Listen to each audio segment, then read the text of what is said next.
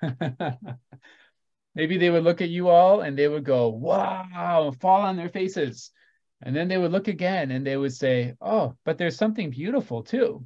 Something that's just kind of drawing me in. Okay, that's the holy garments. It's what we would look like. The next matter is the matter of prayer. And the high priest, this is in Exodus 28, 9 through 12 and 29 through 30. The high priest had two onyx stones, one stone on each shoulder. And then each of those stones was engraved with 6 names of the tribes of Israel. So he had 6 on his left shoulder and 6 names on his right shoulder on those onyx stones. Those onyx stones were then put on his shoulders.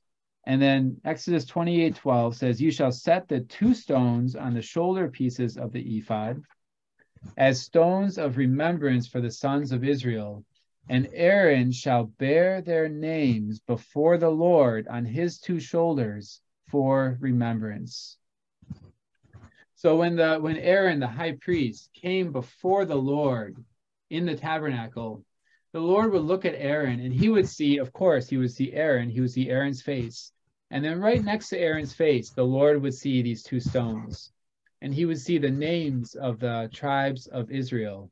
And then these names were to remember them before the Lord. Now, God never forgets. It's not like God would forget, like, oh, what are my 12 tribes? Oh, yeah, Judah. No, it's not about that.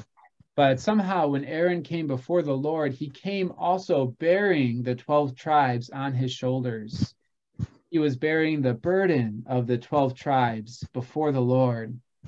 And then on his breastplate in 28, 29 through 30, it says, Aaron shall bear the names of the sons of Israel in the breastplate of judgment on his heart. So for the high priest, they made a breastplate and they put precious stones in that breastplate, 12 different precious stones. And then on each of those precious stones, they wrote one of the tribes of Israel. They engraved the name. So we don't know exactly what order, but one of the precious stones would say Judah. One of the precious stones would say Reuben. One of the precious stones would say Simeon, and so on through all the 12 tribes of Israel. And then Aaron would wear this breastplate. And then here it says he wore it on his heart when he goes into the holy place to bring them to regular remembrance before the Lord. So there were 2 ways that Aaron brought the 12 tribes before the Lord. One was on his shoulders, on these onyx stones, and the other one was on his heart because of the breastplate. So he bore the names of the sons of Israel on his shoulders and on his heart when he came before the Lord. Now, this is a real picture of Christ interceding on our behalf before God. You know, the book of Hebrews says that Christ, our high priest, lives always to intercede for us. You know what Christ is doing right now? He's in the presence of God, and he's bearing your names on his shoulder and on his heart. On his shoulder indicates some kind of strength, bearing the burden of. And on his heart really indicates a lot of thoughts, a lot of feelings, a lot of concern for those names. So you have to imagine Christ standing in the presence of God. And then you know what's on his shoulders in the presence of God? Your name. You know what's on his heart in the presence of God? Your name. And not just your name, but the name of the saints with you. Actually, Christ is so big, he has all of our names on his shoulders and on his heart, bearing us before God, that God would remember us. You know, but not just Christ. What a picture for us also of learning how to pray on behalf of others. This is what Aaron was bringing the people's names to remembrance before the Lord. We too can learn how to bear people on our shoulders and on our hearts when we come before the Lord. Many of us have people that we care about. If I were to ask you, do you care about anyone? I think all of us would say yes. We all have family members. We have friends. We have people in our lives that we care about. They're on our heart. But we don't always carry them on our shoulders also. And we don't always bring them before the Lord in remembrance to him.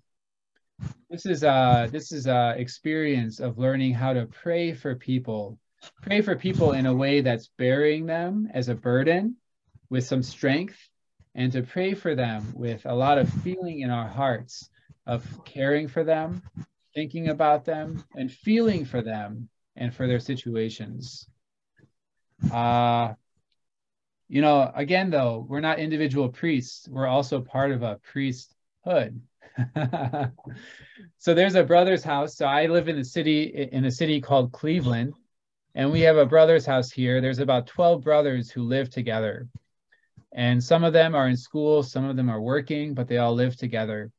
And after Brother Rex shared about this at the New Year's conference, 3 of those brothers, who are the older ones in the house, they began to come together and pray together for the other brothers in the house and for other saints that we know. Some have somewhat stumbled or fallen away recently. Others are doing well. But these 3 brothers felt like, no, we need to learn how to pray together. Why? Because we're priests. We're priests in a priesthood. And so we need to learn how to bear the names of saints together before the Lord. And so they began to pray together for people. And you may ask, like, oh, did miracles start happening?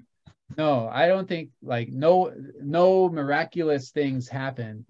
But one by one, you can begin to see little things happening among the brothers in the house, little turns, little sparks of life from the Lord, and then also things among the saints that these brothers are praying for.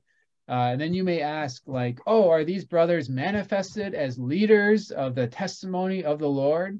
No, they're not. They're just brothers living in a brother's house, but they're learning how to pray together. They don't need to be leaders. They don't need to lead something. They don't need to have responsibility for something. They just feel like we're brothers together. We're priests, part of a priesthood, and we just have to learn how to pray together, bearing saints on our shoulders and on our hearts. I had one experience like this when I was in high school as a young person. One of the young brothers, one of my companions, his father got a job in a different city, very far away. There was no church life.